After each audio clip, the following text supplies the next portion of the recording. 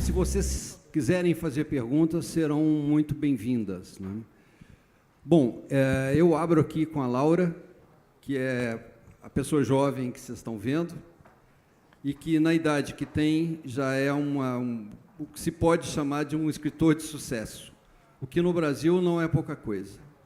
Não é uma pessoa que pegou o sonho dela, implementou esse negócio, consegue já hoje viver daquilo que ela escreve. Isso é um sonho. Posso dizer para vocês, pouquíssimos escritores no Brasil conseguem viver daquilo que escrevem. Eu queria, Laura, que você me contasse como é que você entrou nessa picada da literatura. Joia, gente, bom dia. Agora mais audível, né? Sem furar o tímpano de ninguém. É uma alegria para mim estar participando do Fileira Chá. Agradeço muito o convite. E, Humberto, obrigada. Que bom começar o dia com as suas palavras, viu? Adorei. Não sei se é um sucesso, né? Sucesso, acho que é fazer aquilo que a gente gosta. E eu lembro que, bem antes de ter a idade de vocês, eu já sonhava em ser escritora. Quando nova, eu fui aprender na lei e tal, e eu lembro de reconhecer sentimentos meus no sentimento das personagens, das histórias que eu estava lendo. Eu, muito pequena, assim, gente, essa pessoa está sentindo a mesma coisa que eu. Aí comecei depois a avançar na leitura e via que, às vezes, livros do século passado, em outros países, as pessoas estavam vivendo coisas que eu poderia viver, o que eu vivia. Então, isso me levou para a literatura, porque nas palavras eu descobri um jeito de me conhecer, de descobrir o outro, descobrir o mundo onde eu estava, onde eu estou, né? Ainda não parte dessa, onde eu estou. E, então, fui me encantando pelos livros, fui muito estimulada pelos meus pais, obviamente. Tive a sorte também de ter bons educadores, né? Eu participei de muito evento literário, né? Vocês vieram aqui hoje com a escola de vocês, né? Isso foi muito legal para mim. Eu sou de Belo Horizonte, e lá tenho sempre um papo. Meu pai sempre me levou, então eu vi essa figura do escritor muito próximo. Isso é muito legal, assim, de ver que não é alguém inatingível, ficava enclausurado escrevendo, mas de pessoas jovens, falando dos seus livros, poder chegar perto, autografar depois. Então, acho que isso tudo foi me aproximando, assim, do ambiente literário. Por gostar de escrever, fui fazer jornalismo. Não sei se alguém de vocês aqui pensa em fazer comunicação social, mas fiz jornalismo, prestei também vestibular para psicologia, mas não queria clinicar e acabar ferrando mais ainda as pessoas, enfim, quis escrever. Só que, com o passar do tempo, eu estava cansada de contar notícia, eu não queria ser objetiva. Você também é jornalista, né? Você também é, Rodrigo? Não, né? Você também é. Sim. Pois é, a gente tem que ser objetiva, a gente não pode inventar a história, eu estava a fim de criar. Assim, gente, vou atrás do meu sonho de infância. Isso é muito legal, porque eu falo muito pessoal do ensino médio. Vocês estão no ensino médio ou não? Que série vocês estão, mais ou menos? Primeiro ano, já esse médio. Já começa a chegar a pressão do vestibular, o que fazer na vida. E uma vez uma pessoa me falou que quase sempre aquilo que a gente brinca na infância vai ser a nossa chave do nosso futuro profissional, assim. E eu sempre brinquei de escrever livros, e era muito marqueteira já também, quando pequena. Vamos datar esse negócio. Que idade você tinha quando você falou, eu posso ser uma escritora? Uns 6. Vou te contar como, eu vou te contar como. Meus pais, eles até estão na cidade, não sei se já chegaram aqui, meus velhos. Começou a escrever. Ai, meu pai e minha mãe, olha eles ali. Uhul, meus velhos, gente. São jovens ainda. Meu pai viu o Rai, que me levava sempre um papo. Minha mãe também super me incentivava e tal. O que eu fazia? Eu pegava nas folhas do caderno e tal, eu escrevia as coisas, tipo assim, a viagem para Guarapari, mineiro, né? Viagem para Guarapari, Cabo Frio.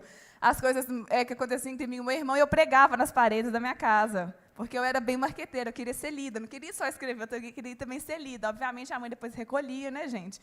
Mas eles sempre me incentivaram, assim, liam depois, mas eu queria ser lida. Pregava no banheiro, na altura do assento sanitário, estrategicamente, que a pessoa está lá, vai ter que ler, né? Pá, sentou ali, mirou, tá. Bem marqueteira. E essas noções de marketing me ajudaram muito, viu, gente, a deslanchar a carreira depois. Depois a gente pode conversar sobre isso, sobre as coisas que eu já fiz para divulgar o livro. Ok.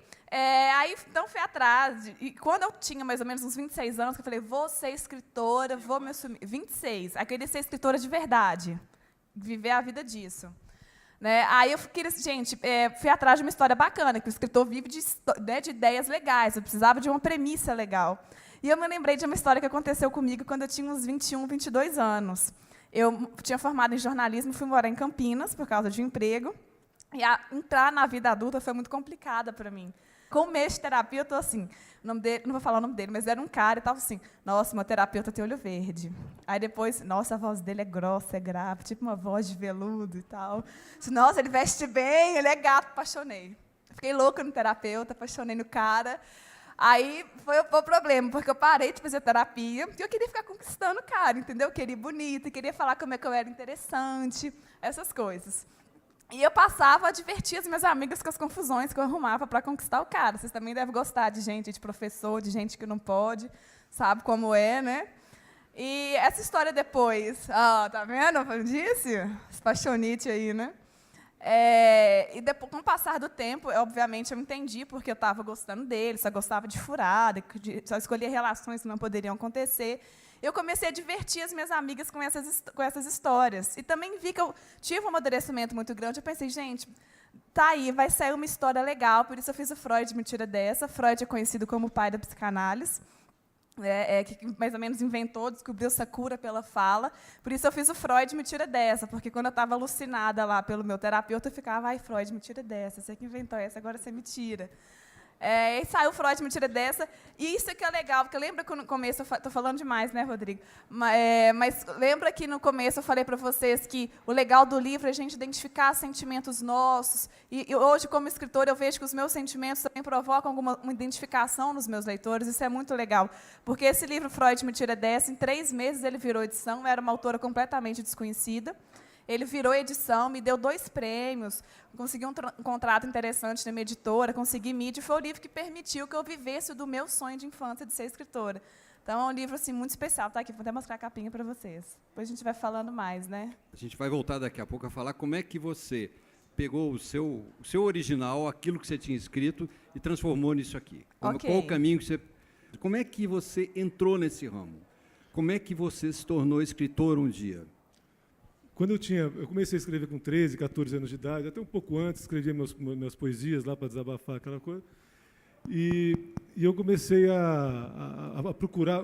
Na época, meu avô morreu, e nunca foi uma pessoa muito abastada, mas tinha um dinheiro lá que ele, em vez de deixar para os filhos, ele deixou para os netos. Tinham 10 netos, então ele deixou, sei lá, não sei em dinheiro de hoje, 5, 10 mil reais, não lembro, era um dinheiro, até um pouco mais, eu acho, porque meu irmão mais velho comprou um carro, meu irmão do meio gastou tudo na farra, e eu publiquei um livro. E quando eu publiquei, eu peguei esse livro e liguei para uma editora, que estava lá, Editora do Escritor.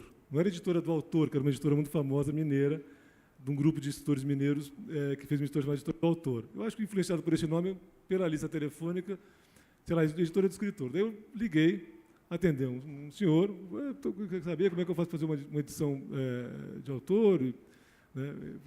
Para quem não sabe, todos esses grandes nomes que a gente vê hoje em dia, ou muitos deles, a primeira edição foi paga pelo autor, porque realmente era uma forma deles conseguirem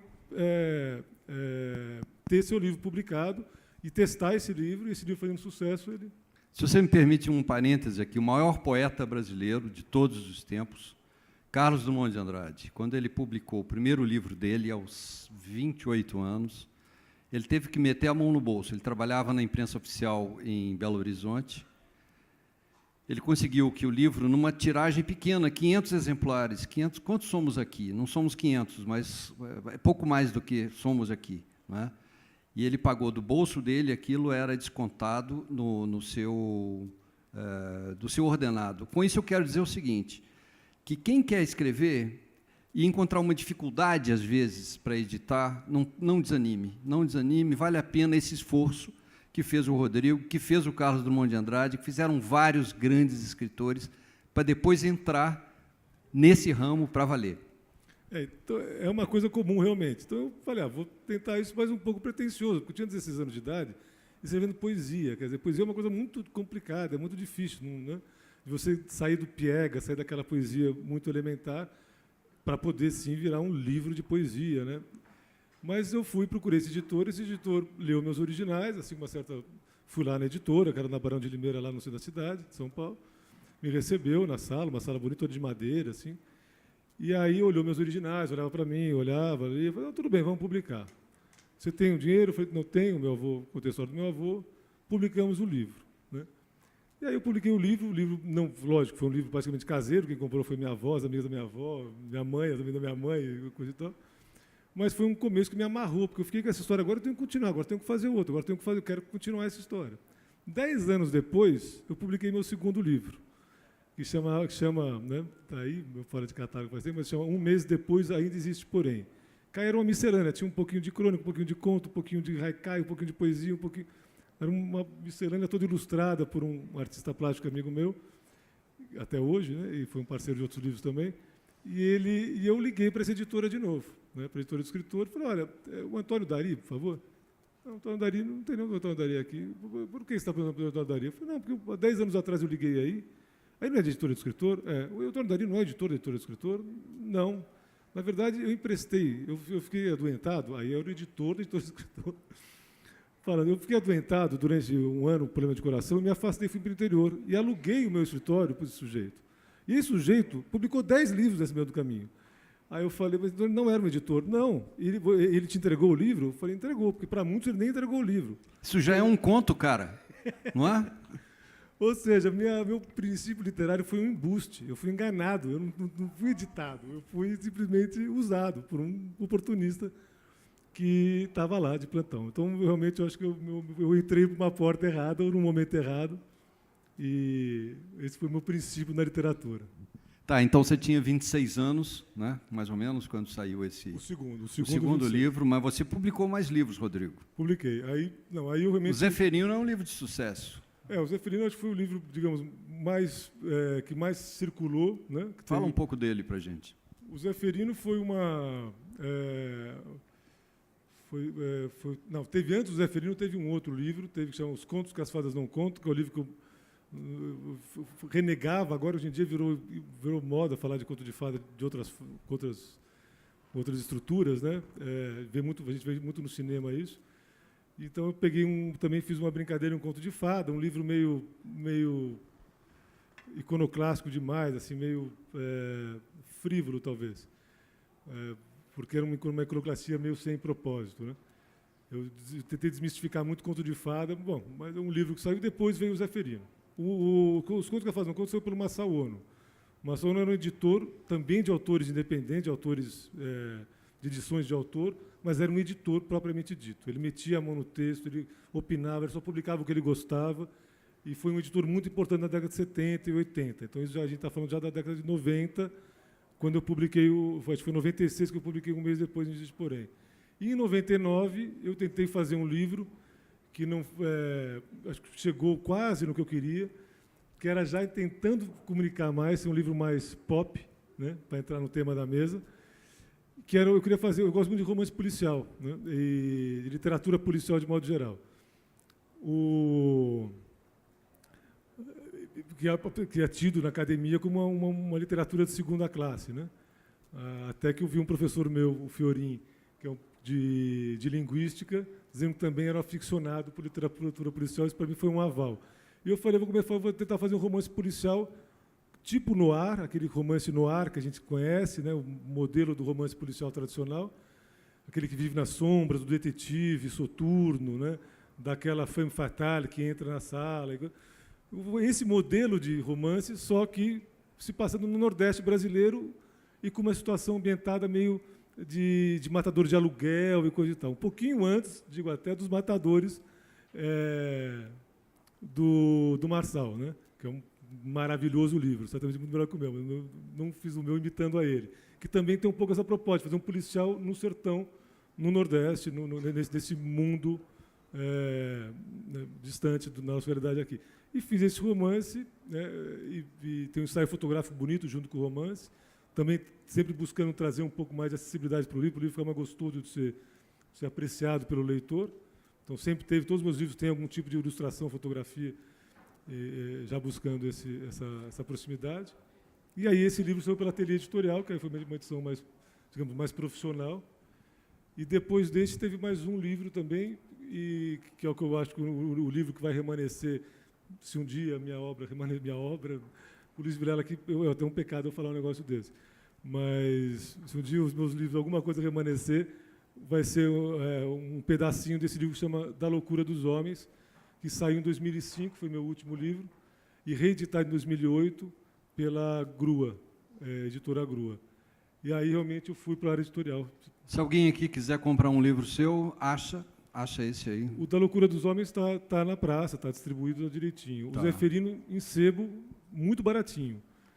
O Zeferino você entra na estante virtual, tem lá, você compra R$3, R$4, tem o Zeferino. Tá. Olha E aqui, os outros não. antes de voltar para a Laura, para ela nos contar o que ela fez para ser editada, eu queria saber o que te levou um pouco a desistir de escrever. O que houve? Me conta assim, eu tinha tantos anos e aí um dia eu parei e não dá.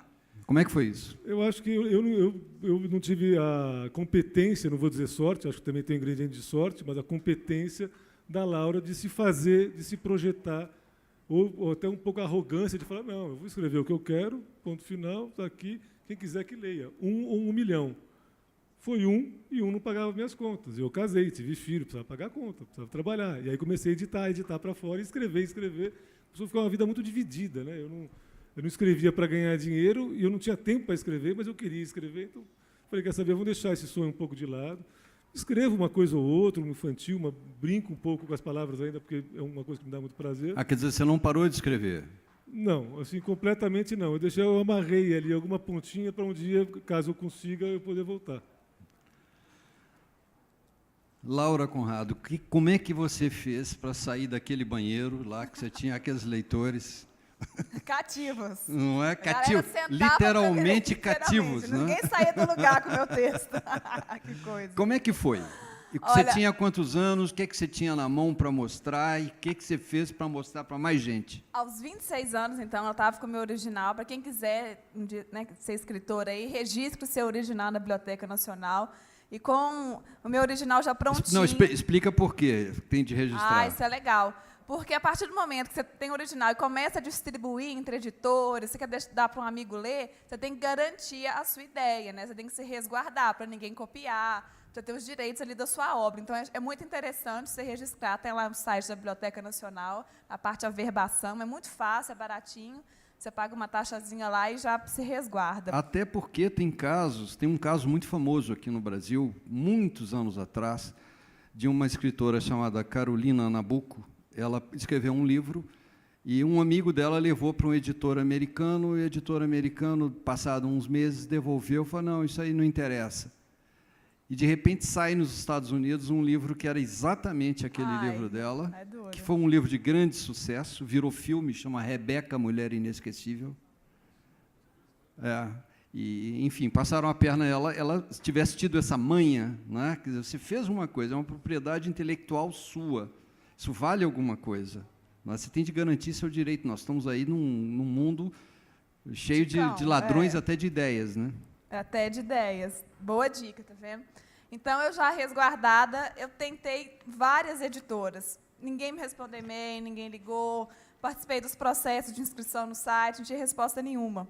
Lembro que teve uma Bienal no Rio de Janeiro, aí eu fui com o meu original debaixo do braço, passei em vários stands, obviamente eu pesquisei antes qual editora publicaria o livro no meu estilo, do meu gênero, a gente tem que olhar, não adianta uma editora que publica só poesia, eu escrevo Young Adult, que são jovens adultos, e vou lá tentar emplacar, não dá certo. Você tem que olhar uma editora que publica o seu gênero. Então, eu listei várias, fui atrás de várias e saí super empolgada, cheia de cartões. Segunda-feira eu vou mandar o meu livro, vai dar certo, super empolgada. Passou, sei lá, acho que uns 20 dias da Bienal, ninguém me respondeu, ninguém me atendeu no telefone, continuei ignorada. Até que, por fim, cheguei na editora onde eu consegui publicar a minha série Freud Me Tira Dessa, que é a Novo Século, por um selo também para autores iniciantes, o Talentos, onde a gente também investe um pouco, né, atrás do sonho mesmo, assim.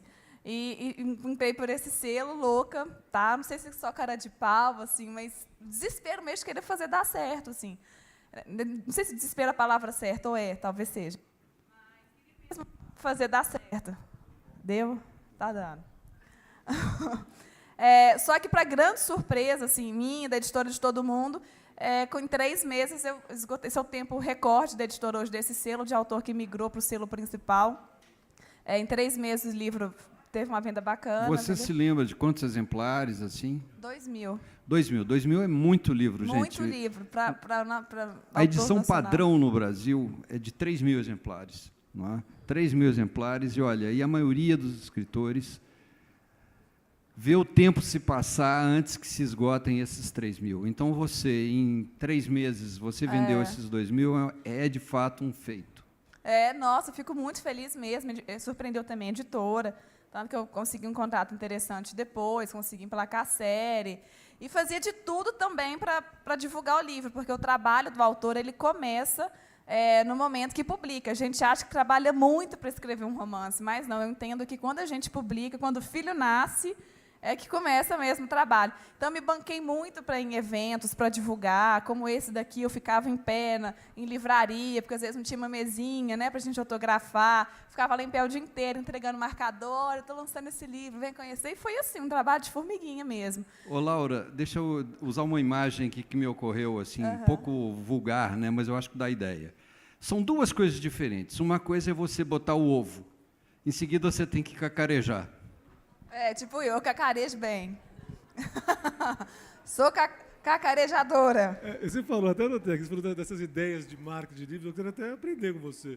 Vamos! Você sabe que eu recebo muito e-mails de escritores hoje, porque, como jornalista, fui assessora de imprensa por muitos anos, eu usei tudo que eu aprendi, assim, tudo que eu fiz por outras pessoas, para antigos clientes, eu usei para mim. Então, mesmo eu fiz minha assessoria de imprensa. Hoje, ok, a editora tem um escritório contratado para me atender. Mas eu fiz muita coisa, ainda faço, né? A gente não pode relaxar. Agora, profissionalmente, você só escreve Agora hoje? eu só escrevo. Ai, que maravilha. Olha que chique, é um Isso sonho é um sonho, mesmo. viu, gente? Agora, para que serve um editor? Quer dizer, para que serve esse camarada que ela foi procurar para transformar em livro aquele original que ela tinha? Qual a função do editor? Eu particularmente, eu adoro editar. Hoje em dia, eu posso dizer que eu prefiro editar do que escrever. Apesar de porque eu não quero editar para sempre. Eu quero poder sentar e ter aquele prazer que eu tinha na juventude. Por isso que eu deixei uma ponta amarradinha. Mas o meu negócio é editar mesmo. Eu acho que tem alguns livros que não precisa, dispensa de editor, né? A gente está conversando um pouquinho lá atrás sobre isso. Eu acho que o editor, por exemplo, acho que a Laura também já tinha um processo bem consolidado. Você sabia o que você queria com o texto, onde você queria chegar, quem você queria atingir. Talvez fosse bom dar uma ideia do que é o processo todo. Você tem o escritor, você tem o editor, você tem o livreiro, que é o cara que vai botar isso ali, né? Você tem um distribuidor entre a editora e o... Quer dizer, é toda uma cadeia que isso aí tem de funcionar muito bem. Né? Eu costumo, quando eu estive do outro lado da mesa, e sempre achei assim, aqueles ranços meio comunistas, né? Eu escrevo 3 anos livre, ele vai ficar com 90% e eu com 10% do preço de capa. Hoje em dia, como eu estou do outro lado, eu faço uma matemática muito clara para o autor principiante, inclusive, o autor que está de primeiro livro, os livros técnicos. A gente edita muito livro técnico numa das editoras que eu coordeno lá no SESI e no Senai. A do Senai é basicamente livro técnico. Eu explico para ele a matemática de mercado, que é interessante para as pessoas saberem, né? A Laura hoje em dia já sabe. Mas você, do preço de capa, você vai na livraria, o preço que você comprou daquele livro, metade daquele preço fica na livraria. A outra metade, 20%, você paga o custo do livro, custo de impressão, revisão, etc. e tal. Aí, 5%, se tiver uma distribuidora no meio do caminho, foi com 5%. Então, 50% volta para a editora se tiver uma distribuidora no meio do processo, 45%, dos quais 20% você paga o custo direto, 10% você paga para o autor e a editora fica com 15%, para pagar os custos indiretos, quer dizer, os salários, conta de água, luz, etc., e o risco daquele livro cair por terra. Então, é muito estreito, a margem do editor hoje em dia é muito estreito. O tubarão mesmo do mercado, e falo isso com medo de ser retalhado pelos livreiros, que se amanhã eles não põem meus livros lá, eu nem os 15% consigo tirar, é o livreiro, né? O livreiro tem e o livreiro não faz o que a Laura faz e o que a editora faz, que é divulgar o livro, e gasta-se muita energia e dinheiro com isso, né? O livreiro tem esse papel, mas tudo bem, é a regra do jogo, joga quem quer, a gente precisa deles, eles precisam da gente, a gente mais dele do que eles da gente, porque hoje em dia tem muito livreiro, muito editor, muito livro, ficou muito barato, entre aspas, publicar livro, quer dizer, na época que eu publiquei aquele livro com 16 anos de idade, você precisava de X mil reais, hoje você precisa de 1/3 disso para publicar um livro, né? Você pode até publicar 100 exemplares, não precisa publicar 2.000, numa edição teste, você gasta muito menos. Mas, desculpa, acho que eu estou sair. Vamos dar uma resumida nisso. Então, o bom editor é um aliado do escritor. Pode ser visto assim. Né? Nas duas pontas, na divulgação e na produção do texto, né? Quando esse texto carece disso. Pois é, mas eu queria que você desse exemplo assim. Eu ou alguém aqui do auditório escreve uma coisa e manda para você. Você chama esse autor e você dá uns pitacos ali. Você diz, olha, isso aqui está demais, talvez fosse bom você passar esse pedaço para mais adiante. Você faz isso. Esse seria o melhor dos mundos, mas como a gente recebe muito original, e é uma vida muito atrabulada dentro de um processo editorial, eu não tenho... dos originais que eu recebo e que são pré-selecionados para editar, esse sim, aí o autor vem, conversa, aí o texto é canetado de ponta a ponta, é discutido com o autor. Olha, vamos mexer por aqui, vamos reconstruir essa parte aqui, que eu acho que essa parte está falha. E aí o autor volta, se ele concordar, volta para ele trabalha isso, e volta o texto, e aí até o texto ficar afinado, da perspectiva do editor, que quer ver esse livro emplacar no mercado. Um exemplo, claro, vou dar um exemplo muito interessante. A gente comprou um direito agora de um livro português, de Portugal, uma editora portuguesa chamada Planeta Tangerina.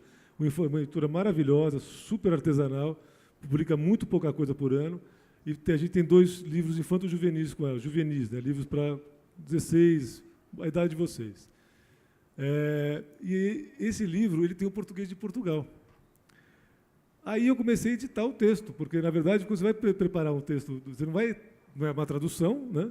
Mas algumas palavras são literalmente uma tradução, palavras que a gente não entende do português lá do lusitano, com relação ao nosso português, e outras expressões de construção de texto, o que para eles é um ritmo suave, eles falam muito, então eu uso muito infinitivo, né? Então, estamos a beber, né? Eu estou a beber um copo de água, e não estou bebendo um copo de água. Eles não usam tanto o gerúndio, né? E aí a autora começou a me questionar, mas você não mantém o a beber, não mantém o infinitivo e está pondo gerúndio em tudo? Eu falei, porque se eu deixar o infinitivo, o texto vai ficar truncado. A gente não está acostumado a ler texto assim, a ouvir assim, não é... Mas o gerúndio fica truncado para ele. Então, o editor tem que ter um pouco essa percepção do público que vai ler esse livro e tentar trazer aquele texto mais próximo desse público, né? No caso do português de Portugal, é muito claro o que a gente tem que fazer para manter a identidade do texto e buscar a aproximação do público, né? Então, é um exemplo muito transparente de um trabalho de edição e muito simples, né? Há estruturas a serem mexidas em textos que são trabalhos mais complicados do que simplesmente transformar o infinitivo em gerúndio.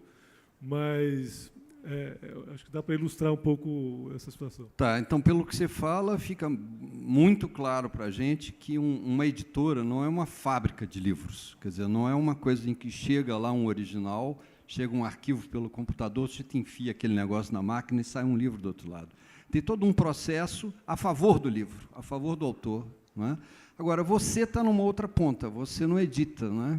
Não, não tem talento para isso. Quando você põe um livro na mão do editor, você fica muito ciosa da sua... Não vai mexer na minha vírgula. Não. Como o Paulo Coelho, né? O Paulo Coelho é um sujeito que ele pede que o editor mantenha e respeite, inclusive, os erros de português dele, que não são poucos, né? Mas... Por isso que eu prefiro ler na tradução. Não tem erros de português. Mas como é que é para você?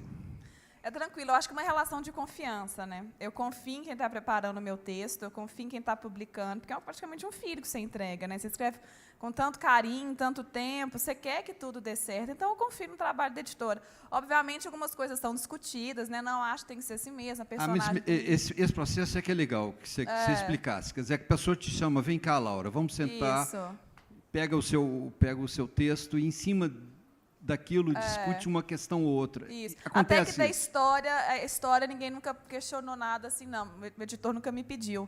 Mas em termos de expressões, né, comportamento da personagem, às vezes achar que a minha personagem está muito over, está too much, está assim, ficou muito exagerado, não está parecendo uma adolescente, porque eu tenho um livro também adolescente. Então, eu escuto, eu gosto dessas ponderações. E como você falou, eu acredito que o editor ele tem um outro olhar, primeiro por ser alguém de fora, né, alguém não tão apegado ao texto quanto eu, assim, e alguém treinado para isso, não é o primeiro da vida dele, eu espero, né? Eu não tenho começado a carreira no meu livro, mas é alguém treinado para isso. Então, super confio, assim, acho muito válido, sou bem aberta, não sou apegada, não tenho esse apego, assim, não. Posso fazer uma pergunta para a Laura? Por favor. Não tem dinheiro para emprestar. Tá? Não vou te pedir o teu próximo original para editar, porque eu sei que você tem seus contratos. Mas eu queria saber como é que é o teu processo de criação mesmo, quando você senta, né, esse processo mais íntimo do texto. Olha, eu adoro ser escritora porque eu posso usar essa prerrogativa para fuxicar a vida alheia.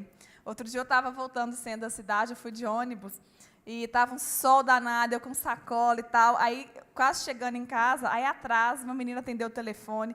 Cara, começou uma briga com o namorado. Mas que briga, gente, vocês não têm ideia.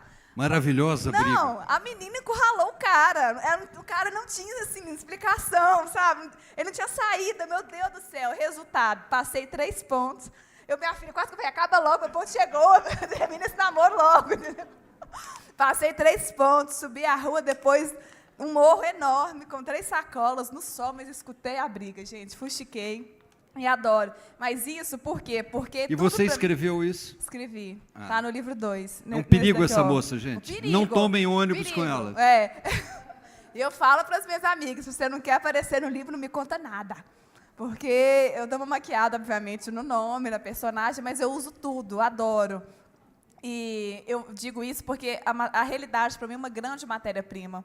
Eu escrevo ficção, mas muito baseada em vida real. Eu não escrevo sobre seres fantásticos, que eu acho que o grande lance é você escrever comportamento humano. O ser humano é uma caixa de surpresa, é complexo, especialmente o público feminino para o qual eu escrevo, e adoro. Então, eu me aproveito bem dessas situações. Assim. Ontem, o Marcelino disse algo muito interessante, que as pessoas perguntam para ele, mas você não vai escrever? Então, você está querendo saber quando eu vou digitar, porque, na verdade, eu estou escrevendo o tempo todo. Eu achei isso maravilhoso, porque quando eu estou parada, viajando, pensando na morte da Bezerra, cara, estou escrevendo um livro, estou realmente gerando cenas, estou compondo personagens, estou criando conflito, a trama.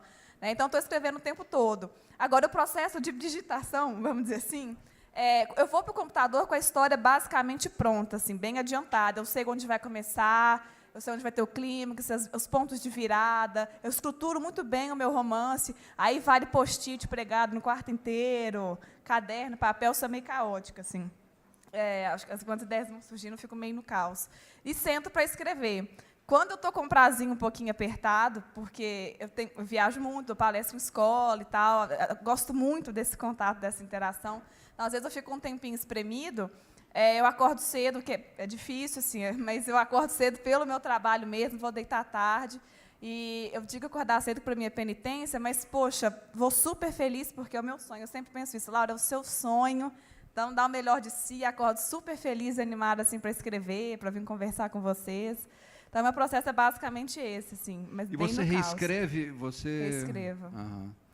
Reescrevo Quer dizer, a coisa do escritor tem isso, quer dizer, não é um primeiro jato e aquilo fica desse jeito. Você dá o jato para você não perder a ideia, né? Para você não perder o fio da meada, mas depois tem que burilar o texto, escolher as melhores palavras. Tem todo esse trabalho aí, né? Eu estou me lembrando aqui do que disse o grande escritor Luiz Vilela num auditório como esse, que perguntaram, eu nunca contei isso aqui, vale o repeteco. Vale. Né? Perguntaram para ele assim, mas como é que é esse negócio de escrever? Você senta e vai saindo? Ele falou, não. Senta e vai sair é outra coisa. Tem um outro lugar, né? Que, aliás, usado para divulgação da literatura. Exatamente, muito válido. Gente, nós temos aqui uma escritora de sucesso, um editor de sucesso, que é também um escritor que está em surdina nesse momento, mas voltará a escrever. Vocês têm uma chance enorme de perguntar, de resolver curiosidades que vocês tenham sobre o que é um cara ser escritor, o que é um cara ser um editor, como é que faz. Eu falo tanto que na hora da pergunta ninguém... Gente, eu tenho até para expressar minha pergunta, porque eu conheci a Laura pela curiosidade, né? Quando eu vi o livro, assim, Freud me tira dessa, eu falei, nossa, deve ser esse livro que eu tenho que ler. Né? Foi assim que a gente ficou se conhecendo, porque eu achei o título super atrativo. Falei assim, peguei, e depois a gente acabou ficando amiga. Aqui, a nossa recepcionista vai estar aqui. Quem quiser fazer pergunta, por favor, levante a mão, que ela vai até vocês. Quem é o primeiro a fazer uma pergunta? Olha, e quem tiver respostas também, melhor ainda, tá? Por favor. Ei? Tudo bom? Tudo. Prazer te conhecer. Igualmente. A minha dúvida é a seguinte: você é jornalista, né? Aham. Acostumada a escrever, obviamente, mas eu suponho que a escrita de um romance tem técnicas totalmente específicas, diferentes dos textos que você estava acostumada a escrever. Se você, antes de escrever o seu primeiro romance, se você participou de alguma oficina, fez algum curso, alguma coisa, para te dar dicas de composição de personagens, quantos personagens ter, essa história do clímax, do anticlímax e tal. É isso. Como é que é seu nome? Luciana. Oi, Lu. Obrigada pela pergunta. Adorei seu blazer. Adoro vermelho. Obrigada. Nada. Você é ótima a propósito, muito engraçada. Obrigada. Na hora que você estiver querendo mais, você vai passar para cá. Tá? O meu primeiro livro, meu primeiro romance, Freud, Mentira Dessa, ele foi bem intuitivo, assim. Tanto que hoje eu tenho vontade de reescrevê-lo, assim. Mas não vou fazer isso, obviamente. Algumas coisas talvez eu mexa. Mas foi muito intuitivo. O que eu fazia e que eu fui aprendendo, que eu fui treinando e que hoje eu já faço naturalmente, é porque... Vou dar um exemplo. O cara alto entrou... Não cara, né? Um sujeito alto entrou aqui. Eu escrevi assim. Mas aí você vai aprendendo que na literatura você tem que falar um sujeito cuja cabeça raspou a porta, adentrou o local. Porque isso é literatura, você está explicando por meio de outras palavras que o cara é alto. Eu acho que isso você enriquece o seu texto, você faz literatura mesmo, antes eu fazer reportagem, aquela questão de ser mais objetiva, direta. Tal. Então, isso eu fui treinando para ficar assim, com essa linguagem mais literária. E hoje eu já faço bem naturalmente. Depois, eu fui fazer um curso de estruturação de romance com um coach lá de Londres. E aprendi muito, assim, aprendi a estruturar melhor meu texto. Acho que me tornei uma escritora profissional depois disso, assim. E depois também, obviamente, do contrato com a minha editora. Mas eu estou sempre estudando, lendo. Esses cursos hoje eu não faço mais, não fiz assim, fiz uma pós-graduação nisso, ainda não fiz. Mas tenho vontade de fazer, talvez, mais para frente. Agora, um livro que foi super legal para mim, que me ajudou muito na composição de personagens, especialmente, é um do Humberto Eco, que eu recomendo para todo mundo, que é Confissões de um Jovem Escritor, do Humberto Eco. É muito legal, assim. E outros autores, tipo Dostoiévski, que eu gosto muito, que eu sei que eu nunca vou chegar nem no chinelo do cara, me ajudam muito também nos conflitos humanos. Porque são autores, Clarice Lispector, a Lígia Fagundes Telles, também sou absurdamente fã. Eu sou muito fã das autoras do conto contemporâneo feminino, que é que eu vou falar amanhã na minha oficina, de literatura feminina. Então, esses autores, por meio da literatura deles, me ensinam muito a formar conflitos e pessoas, personagens. Né? Então, eu bebo muito nessa fonte. Assim. Obrigada pela pergunta, viu, Lô? Intimidade, Lô. Quem é o próximo? Levanta a mão aí. Tem mais alguma pergunta? Vamos, gente. Vocês estão tímidos por quê? Fica tímido, não. Enquanto a galera vai se animando, vou mostrar aqui, ó, Freud, Mentira Dessa. Meus livros estão todos aqui na leitura. Estão com super desconto. Eu nunca vi meu livro tão barato, até eu vou comprar. Com 30% de desconto. Tem esse daqui, o Freud, Mentira Dessa. Quem gosta aí de uma leitura mais divertida. Depois tem o Freud Me Segura, que é a continuação. E um livro que eu acho que vai dar bem certo para a idade de vocês, que eu vou muito a escolas, é o Só Gosto de Cara Errado. Os rapazes têm que ler, tá? Para não serem os caras errados, por favor, não machuquem o nosso coração.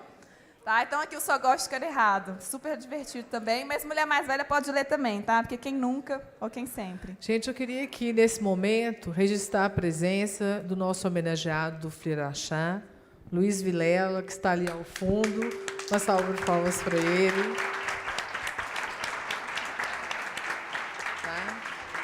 Obrigada, Luiz, por estar aqui nessa manhã, participando com a gente. Tá?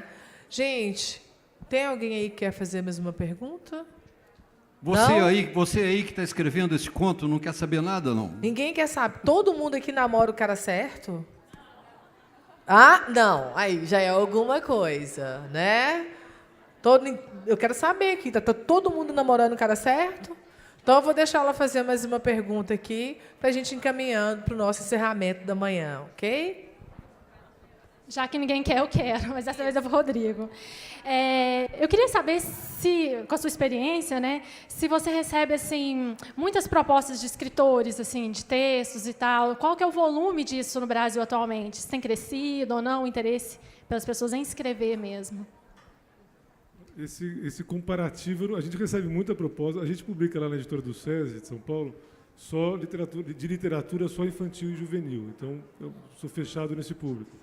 Mas eu não sei dizer se tem um aumento. Eu acho, a minha percepção é que muita gente escreve, muita gente engaveta, muita gente para de escrever, como eu parei, muita gente volta a escrever, como um dia eu vou voltar ou não. Eu acho que o texto é recorrente na vida das pessoas. Eu vejo pela minha filha, a Laura contou a história dela como criança. Eu acho que aqui, certamente tem muita gente aqui que escreve. E o que eu vejo é que o texto é uma coisa muito presente na vida das pessoas. Desde crianças, jovens, lendo ou escrevendo na escola ou em casa. Mas eu recebo muito original, sim, de infantil. Então, se pegar a minha realidade da editora que eu coordeno lá, a gente tem conforme a editora cresce, ela vai recebendo, vai se tornando mais visível, vai recebendo mais originais, né? Mas eu acho que na minha opinião, tem um crescimento proporcional ao número de pessoas que o mundo vai ter. Quanto maior o número de pessoas, maior o número de textos que nós vamos receber. Ô, Rodrigo, dia desses me perguntaram por que o brasileiro lê pouco. Acho que ele lê pouco porque ele está escrevendo, né? Pode ser, sim. Gente, eu queria agradecer aqui a presença do Colégio Monteiro Lobato, do Colégio São Domingos, da Escola Estadual Vasco Santos. Então, a gente vai caminhando para mais uma pergunta. Digo para vocês que, na sequência, Laura, Rodrigo, Humberto vão estar ali no setor, aqui do lado da livraria, que estão com os livros da Laura com promoção de 30%, um super desconto aqui para vocês comprarem. A Laura vai estar à disposição para tirar as dúvidas de alguém que quer perguntar para ela o que aconteceu que ela não namora com o garoto certo. Isso, quiser tirar foto, abraçar. Perguntinha assim, muito obrigada pela bate-papo com vocês. Perguntinha boba de quem não conhece, né? Gostaria de conhecer um pouco mais. Dos livros infantis e juvenis, o que eu tenho visto é que eles estão se tornando cada vez mais artísticos, né? São lindos, eu gosto de vê-los não só pela história, mas pelo trabalho artístico ilustrativo. É função da edição trazer o ilustrador mais adequado para aquela história, ou as histórias infantis e juvenis elas já vêm com uma ideia do autor, do que ele quer em termos de ilustração? Como é que isso funciona? E qual que é o papel da edição nisso? Aí eu acho que o editor, pelo menos no meu caso lá, a gente é muito... eu submeto o ilustrador ao autor, mas raras são as vezes que eu recebo um livro ou já ilustrado ou já com um ilustrador indicado. Mas esse crescimento, eu gosto muito de diferenciar dois tipos de literatura infantil, até para me posicionar dentro deles. Eu acho que a literatura infantil ela tem essa literatura que você diz que está crescente, o livro está ficando mais bonito, está ficando mais bem editado, está ficando, as ilustrações são mais sofisticadas. É um tipo de literatura, de livro infantil, de produção editorial de livro infantil. O outro tipo é o que mantém aquela carinha, aquele desenho infantil básico, aquele fundo chapado, e que tem uma moral edificante, ou que está querendo ensinar sobre bullying, sobre meio ambiente, não sei o quê. Esse tipo de literatura mais pedagógica, vamos dizer assim, porque para mim a literatura não está para ensinar nada, né? A literatura para criança. Ela pode até acabar ensinando, ou passando algum conhecimento, mas não tem que ser uma premissa do autor, tá certo?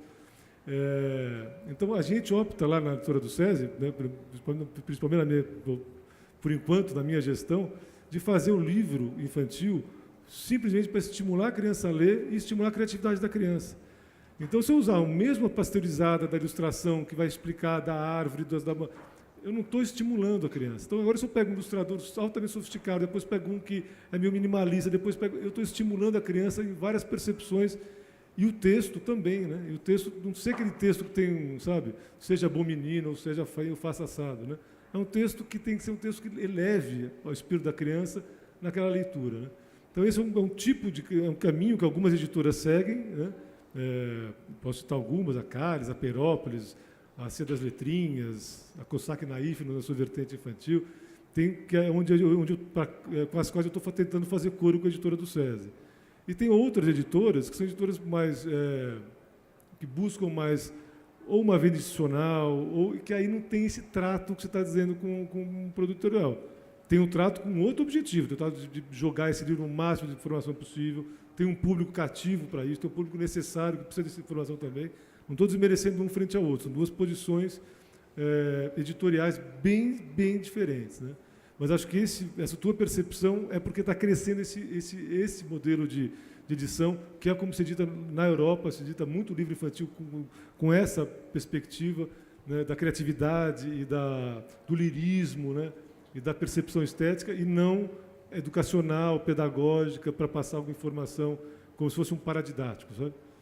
Então, não sei se eu respondi, mas... Só um minutinho.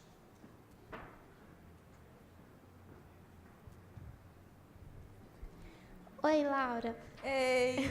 Gente, essa é a Mariana, ela viajou 3 horas, dirigiu 3 horas e ontem veio aqui de fotografar o livro dela. Aqui me acompanha lá no Face, minha leitora querida. Obrigada, viu? Manda ver. Eu até esqueci. Adoro! Eu sou uma pessoa muito discreta mesmo, quase não fico, né, não faço nada assim que vai constranger as pessoas.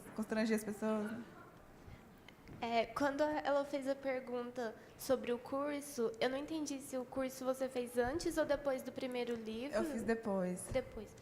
E eu queria saber assim, um pouco mais sobre as suas ações de marketing, sobre os livros. Todo mundo quer ser marqueteiro, né, gente? Eu fiz depois o curso sobre o marketing. Eu comecei fazendo mesmo minha assessoria de imprensa, visitava a redação, deixava livro. Aquele negócio de investir também um exemplar e deixar para jornalista. Nos eventos, eu sempre estava dando um jeito de ser vista, fazia muito brinde, bala, então, minha filha, foi tudo. Na Bienal do Livro de Minas Gerais, eu tinha acabado de lançar o Freud Mentira Dessa, eu lembro que eu contratei um ator para vestir de Freud, com charuto e tudo, barba, minha roupa igualzinho, o cara me ajudou, e o cara era louco também, gritava junto comigo, foi pressão. Foi muito legal, assim. Então, essas coisas, sabe? Dá uma gritadinha, às vezes, gente, sou autora desse livro, estou aqui, se eu entro, às vezes, na leitura lá dos shoppings, na Belo Horizonte, e faço. Eu vejo que a pessoa põe a mãozinha no livro, eu sou autora, tá? Quiser conhecer e tal. A galera, não sei se fica coagida assim, a galera fica assim, acaba levando. Ou então quer levar autógrafo. Então, essas coisas, você não pode ter medo. Eu acho que o processo de produção é muito legal você fazer muito bem feito para você ficar seguro do produto que você tem, que é um produto, né, gente? Gosto de ter a visão muito romantizada também da coisa. Para você depois ficar seguro para divulgar. E eu me sinto muito segura para divulgar os meus livros, assim. Então, onde você vê oportunidade assim, de divulgar, você tem que estar lá. Nossa, cartaz, hashtag, internet ajuda muito também. E faço promoção para replicar foto, porque no mural, né, coloca isso no seu mural, concorra a sorteio. Então, você tem que estar ligado o tempo todo para estar observando as oportunidades aí. Especialmente porque tem muito título e tem muito autor nacional também já fazendo essas coisas. Então, você tem que dar um jeito de seu livro destacar. E tudo vale a pena. Até hoje eu estou aí ligadona. Obrigada, viu, Mari? A respeito do seu livro, Eu Só Gosto de Cara Errado, eu ouvi uns comentários aqui de algumas meninas aqui na plateia. Seguinte, as meninas atrás de você. O comentário é o seguinte: eu já sei que o cara é errado, por que gosta dele então? Então, não gosto do cara errado. A gente sabe dessas contradições, né, inconscientes, que seu livro trata muito bem disso. Você não quer rapidamente dar uma palavrinha para clarear um pouco isso para as meninas? Gente, uma boa estratégia de marketing também é levar a mãe psicóloga para os eventos. Estava combinado, viu, mãe? Que é 50 conto depois, tô brincando. Laura, só para dar gancho à sua pergunta, que como já disse, a gente está encaminhando para o encerramento, vamos deixar ele perguntar? Claro. Ei? Oi, eu gostaria de saber a dica que você tem para quem quer escrever. Como é que você chama? Luiz Fernando. Luiz Fernando. Que gracinha você quer escrever, né? Olha, eu acho, por exemplo, quem quer ganhar o ouro, a medalha olímpica na natação tem que nadar todo dia. Então, você tem que escrever todo dia também. O caminho a gente faz caminhando. Então, acho que escrever, teve uma ideia melhor, joga a página inteira fora, deleta e começa de novo, não ter muito apego. E escrever, porque uma hora você vai pegar seu estilo, você vai pegar a fluidez, a rapidez e vai fluir. Acho que o Rodrigo talvez também tenha alguma dica. Assim. Acho que você falou tudo. Acho que é escrever mesmo, assim. E ler. Isso, fundamental. Ler é fundamental para tudo. Para você ajudar na criação, ampliar o vocabulário. Agora, sobre a questão do cara errado, a gente sabe que é errado, ninguém quer sofrer, ninguém quer entrar em furada. Mas, às vezes, a gente acaba fazendo essas escolhas, e todo mundo tem uma razão, né? De repente, você está justamente escolhendo o cara errado para que aquilo não vire verdade. Porque a gente, às vezes, tem tanto medo de uma relação real, de se magoar de verdade, então fica nos platônicos, fica em histórias que nunca vão acontecer. Isso acontece muito. Né? Eu falo isso porque eu vou muito à escola, eu recebo muito e-mail de menina nova. Escolher alvos inatingíveis, eu acho que tudo por medo do amor, assim. Ou então pela disputa, às vezes por gostar mais. Sabe quando a princesa beija o sapo, ele vira príncipe? Eu acho que, às vezes, algumas mulheres e meninas gostam mais dessa transformação, de conhecer o cara ogro e querer ver ele se transformar, assim, do que do cara em si. A mulher, às vezes, gosta do desafio e não da pessoa em si. Então, eu acho que são várias as razões pelas quais a gente gosta do cara errado. Agora, é um romance muito divertido, que rola numa escola, entre as amigas, tem uns conflitos adolescentes. Acho que quem está afim de uma leitura bacana, também focada nessa questão comportamental, amadurecimento, e com humor, que é o que eu gosto de escrever, eu acho que é uma ótima leitura, eu só gosto de cara errado. Super recomendado. O segundo volume da série adolescente vai chamar Quero Ser Pop, que as meninas hoje também fazem interações para ser celebridade das escolas, ter muitos seguidores no Instagram, o tal do segue de volta. Então, eu estou fazendo um livro para trabalhar como a gente edita a nossa própria vida, né, nas mídias sociais, narcisismo. Vai ser meu próximo volume adolescente. Quero Ser Pop. Valeu, hein, mãe? Viu, gatinhas? Gente, tem mais uma pergunta aqui para essa manhã? Para os três? Então aí, Humberto, como é que você pode encerrar a nossa Posso encerrar conversa com hoje? muito obrigado a esses dois aqui que trouxeram luzes aí para esse assunto e a vocês que ouviram com tanta paciência.